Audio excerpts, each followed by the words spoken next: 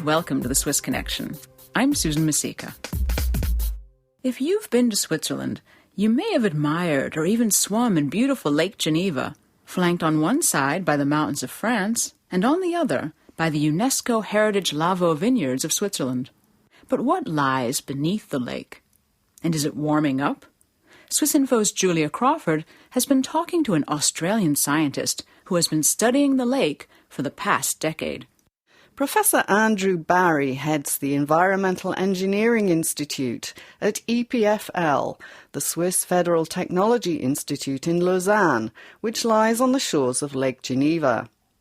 He's an expert on hydrodynamics, all the movements in the lake which can affect everything from temperature to water quality and the ecosystems within it.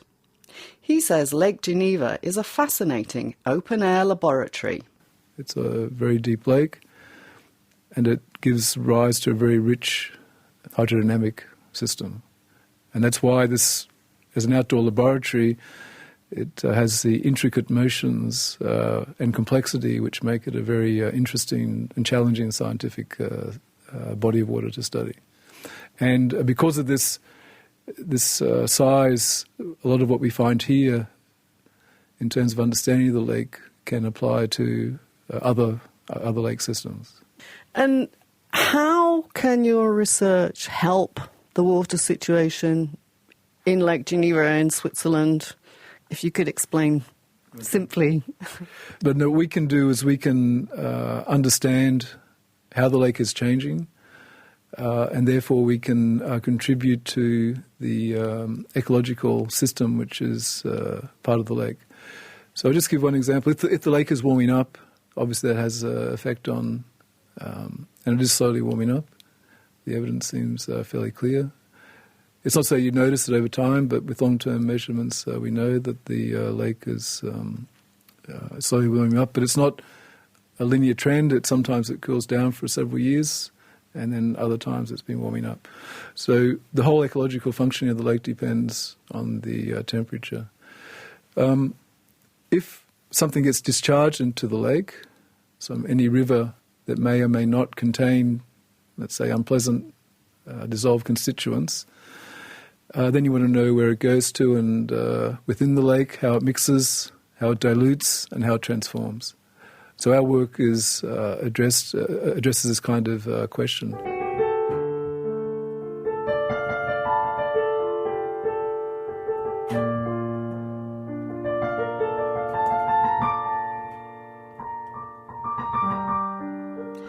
The size of the lake allows good observation of the so-called Coriolis effect, which causes water to tend to move in a circular motion if disturbed, for example by the wind.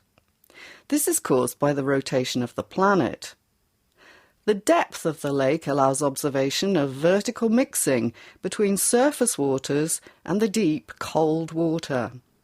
This helps to bring oxygen from the surface to deeper waters, which is important for water quality and fish. Professor Barry explains. Now, in lakes, to get oxygen or oxygenated water to deep water, there's, the main process is vertical exchange. And the vertical exchange is during the day when the water is warm. As I said, it warms up and you get this layer of warm water on the surface. But then at night, of course, it cools down. So when the water cools down, the water on the surface gets cooler and then it starts to sink. So water on the surface is oxygenated and it goes down to a certain depth. In the summer, that depth is about 15 metres, typically. But in winter, it goes down to more than 100 metres or even down to the entire depth of the lake. So in a particularly cold winter, it's called overturn of the lake. So the whole lake will overturn. And that in this lake here happens maybe once every 8 to 10 years. It gets cold enough winter, so you mix the whole lake. This is really the major, one of the major, if not the major way water is oxygenated in the lake. Lake Geneva is part of the Rhone River, which feeds it from the glacier of the same name, flowing in from the east and out at the western side in Geneva, where it then flows through France down to the Mediterranean Sea. Professor Barry says the Rhone River is responsible for one of the most surprising movements in the lake. So when the Rhone comes into the lake, it brings sediment and also normally a cooler temperature. So it's more dense water. And so the water can plunge, it can dive. So the Rhone comes in and it tends to dive down. If the water is dense enough, it'll go down to the bottom. And there's a fairly steep slope at that end of the lake. This water can travel, almost to the middle of it can travel underwater. It's called a turbidity current, and it can travel very, very long distances on the bottom of the lake. It's a phenomenon which is very unusual that you don't know would occur, but at least on occasion, they get these. The Rhone is diving, and the water, this turbidity current, goes many, many kilometres into the lake.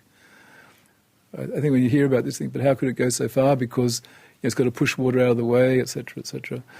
But no, it does, and it on the bottom morphology of the lake, you can see the tracks that these turbidity currents take, because it gouges out part of the bottom, and you can see the marks in the bottom of the lake where this happens.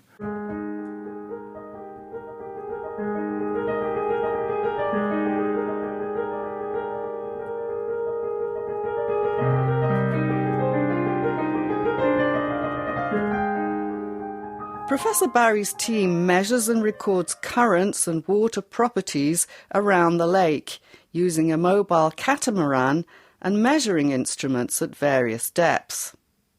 It also has a thermal imaging system mounted on a balloon high above the lake, from which they can measure the temperature of the lake water. So if the lake is warming up, what will happen? These effects will take a very long time. But if you increase the temperature, it's more likely to get algal blooms if there's food for the algae to grow. But it could also be things which are more subtle than this. That it's because it's water. There's a lot of microbial life in the lake. There certainly could be adjustments to how the microbial activity and therefore ecological responses change due to lake warming. It's not sure, in fact, whether it's only temperature that changes. Because of climate change, we also expect, for example, we know in Switzerland that the overall rainfall, we don't know, it's expected that the overall annual precipitation won't change in Switzerland, but the intensity of the precipitation events may change. Presumably the glaciers will melt and the snow will melt, and a lot of that will end up in the lake, right? So this is, it's not will, is, and we have a lot of recession, and so this is a very important thing because we have like an excess of water, additional water at the moment coming into the lake because of the glacier melting, but eventually, probably by the end of this century, it's hard, this is some predictions, it may somehow stabilise, or the glaciers will disappear, and then this extra water will disappear. So it has effects on water quality, but more importantly on water availability. So how do you feel about Lake Geneva? Are you fond of it?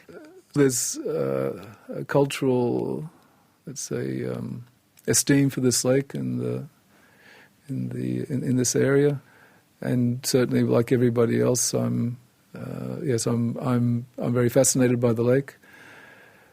Because I live down near Montreux, I take the train every day, so I get the chance to observe the lake every day, which I do. It's like I can see the state of the lake, and as I spent time here, I became more and more interested in the lake and the science of the processes within the lake. That was my colleague Julia Crawford interviewing Australian environmental engineer Andrew Barry. The music you hear was by Swiss pianist and composer Olivier Rittner. Visit us at swissinfo.ch for more stories on Swiss newsmakers and projects. The story in this edition comes from our series called Studying Switzerland, which is about researchers from around the world who study things that are unique to Switzerland. We produce this podcast about once a month, so check back in a few weeks for the next one, or better yet, subscribe to the Swiss Connection to be sure you don't miss it. Thanks for listening, and thank you to studio technician Donnie Wheeler. Signing off for all of us here, I'm Susan Masika.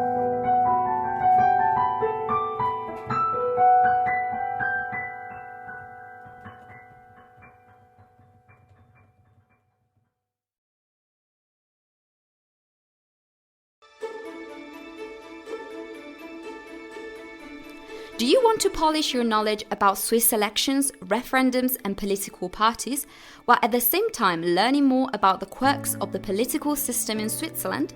If that's the case, our newsletter course is just what you need. Each week for a month, we'll send you a free installment explaining the most important details of how Swiss democracy works. Our course teaches you who's eligible to vote in Switzerland, what the different parties stand for, how election and popular vote results are implemented, and what distinguishes Swiss democracy from other political systems. Our crash course is interactive, like democracy itself. Your questions will be answered on an FAQ page, and you can debate with other users and share your inputs and opinions.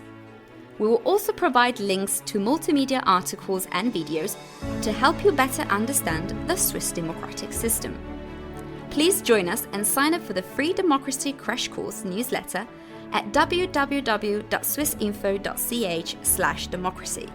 That's www.swissinfo.ch/democracy.